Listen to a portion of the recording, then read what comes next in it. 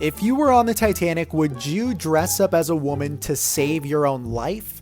Well, there's actually a passenger on the Titanic who was accused of doing exactly that. So this is Daniel Buckley, a third-class passenger who's the guy that people say disguised himself as a woman to save his own life. And they even actually show him in a deleted snippet in the movie Titanic, which I'll show you at the very end. So let me tell you his side of the story. He claims that he was on the boat deck helping to load lifeboats when he saw a bunch of men get on. He also got on, the officer saw that, and forced all the men to get out. He began to cry, he was very distraught. A woman took pity on him, put her shawl over his head, and the lifeboat lowered away, and then he was later discovered that he was actually a man, and he survived. Sadly, he died just a few years later in World War I.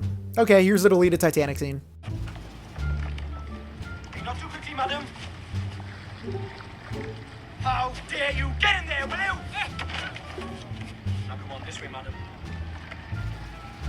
On the Titanic, there was only one first-class child that did not survive, and that's this girl right here, Loraine Allison, and her family story is probably one of the most tragic of that night. So let me tell you about it. The Allisons were a Canadian family that were traveling first class on their way to Montreal. The family consisted of the father and mother, Hudson and Bess, little baby Trevor, and Loraine. They were also traveling with 4 servants, one of them being a nurse named Alice, who took care of baby Trevor. After the collision, in the confusion, baby Trevor and Alice were separated from the rest of the family. The father then led the mother and Loraine to lifeboat number 6 and then left before they actually got on. At that moment, Bess decided that she did not want to leave the Titanic without finding baby Trevor first, so she took Loraine with her. Little did she know that baby Trevor and the nurse Alice were safely aboard lifeboat number 11. Bess and Loraine wandered around the ship desperately looking for baby Trevor and the father, until finally there were no more lifeboats left. Sadly, it was too late, and Bess, Hudson, and little Loraine all perished in the disaster, leaving only baby Trevor alive. So as I mentioned, the entire Allison family perished in the sinking of the Titanic except for little baby Trevor. So what ended up happening to baby Trevor? Sadly, although he survived the Titanic, his life was cut short. So after the sinking, the now orphaned baby Trevor arrived in New York with the rest of the Titanic survivors, and his uncle George was waiting for him. Trevor's uncle and aunt officially took custody and brought him back to Canada where he was raised. Fast forward to August 7th, 1929, things take a tragic turn when the 18-year-old Trevor suddenly dies of ptomaine poisoning, which today we simply refer to as food poisoning. Trevor was then buried in the Allison family plot in Chesterville, Ontario, beside his father, whose body was actually recovered after the sinking of the Titanic. And I kind of got curious, and I was actually able to find the Allison family grave here on Google Maps. This is it right here. So it's a sad story, but the family can now be remembered together in one place. This is Ruth Becker, one of the most famous Titanic survivors, and this is her story. Ruth was a second-class passenger, 12 years old. She was traveling with her mother and her 2 younger siblings. And actually, her story was probably one of the first ones I remember reading about when I was a kid. Anyway, on the night of the collision, Mrs. Becker took all the kids upstairs to the boat deck. When they got there, the 2 youngest siblings were thrown into lifeboat number 11 by an officer, and Mrs. Becker pleaded to be led into that lifeboat. The officer allowed her on, so Mrs. Becker turned to Ruth and said, "Get into the next lifeboat," which was lifeboat number 13. So Ruth turned to the officer, said, "May I get on?" and she was thrown into the lifeboat, which was the same boat as another famous second-class passenger, Lawrence Beasley. Ruth was eventually reunited with her family on board the Carpathia, and this is an interview with the real Ruth Becker before her death in 1990. And that's when I thought the boat broke in half. And that's when the people started jumping into the water and screaming. That's when they screamed. It was terrible. Okay, so this is a very interesting question. Why do we call ships she? So this is something that's been going on for centuries, referring to ships as female. She went out to sea. Titanic had a sister ship, the Olympic. And there are really many different reasons. You're going to get a different answer depending on who you ask. And one of the possible reasons is that the Latin word for ship, which is navis, is a feminine word. So over time, people just came to associate ships as she. Although it is important to note that other gendered languages like my own, Spanish, we would say el barco, which is the boat. That's a masculine word. So most agree that it probably has to do with maritime tradition. Back then, most sailors were men, and they tended to name their ships after people that they loved, like their mothers or their sisters or their wives. It also relates to the idea of a female figure like a goddess protecting the ship. So over time, ships just became she, although not all the time. The Bismarck was famously referred to as he. For me personally, a ship will always be a she. Titanic will always have her sisters. What do you guys think?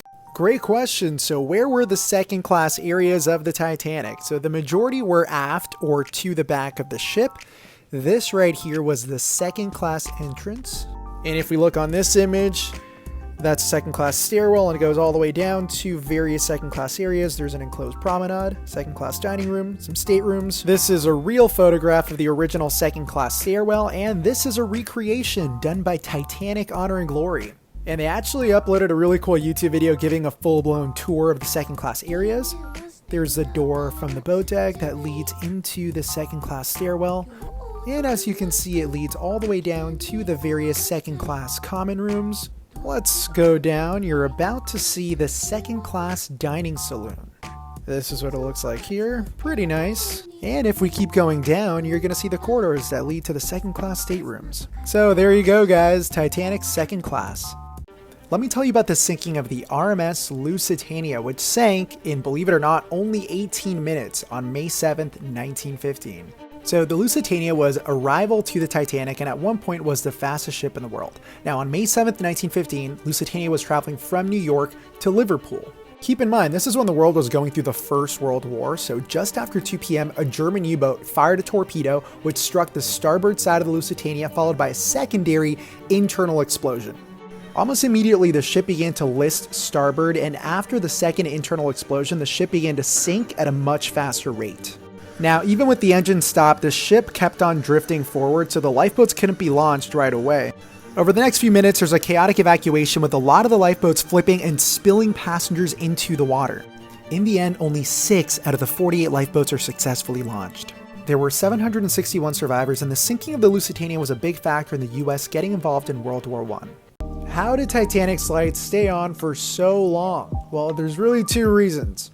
First of all, the iceberg collision only affected the first 6 watertight compartments, meaning that all the other compartments aft, they were essentially watertight. They were dry for the majority of the sinking. And this is where Titanic's electrical generators were housed, toward the back of the ship.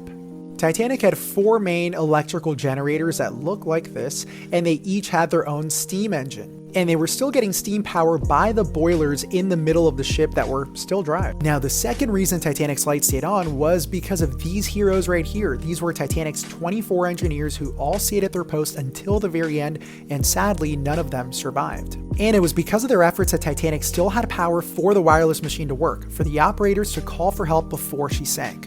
And in Southampton today, you can find this engineer's memorial which commemorates their sacrifice. Did anyone sue after the sinking of the Titanic?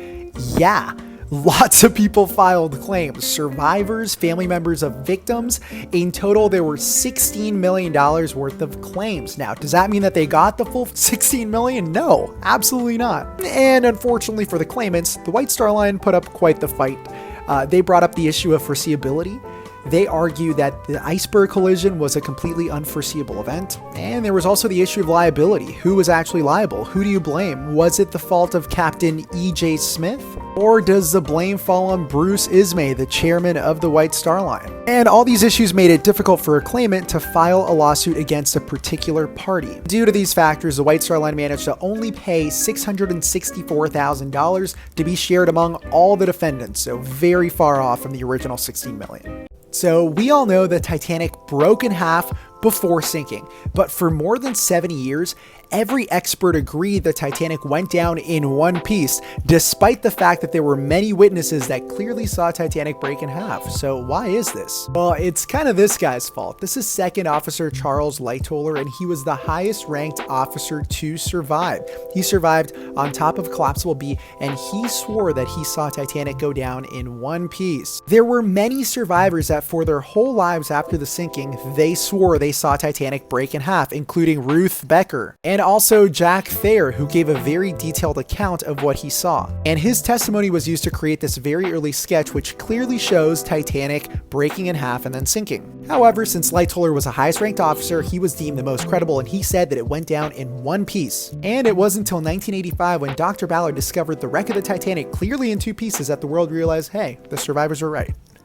What's good, Titanic nerds? It's Raph the Titanic Guy Avila here. Thank you so much for watching this TikTok compilation. If you guys enjoyed the video, please don't forget to drop a like and to subscribe to the channel and join our community of Titanic nerds. Also, let me know down in the comments, was there enough room for Jack on the door or the piece of wood, or was Rose just being selfish? Let me know. Also, don't forget to click some of these links here. Some of these videos are really, really cool. I think you're gonna like them. Or don't. I can't force you to do anything.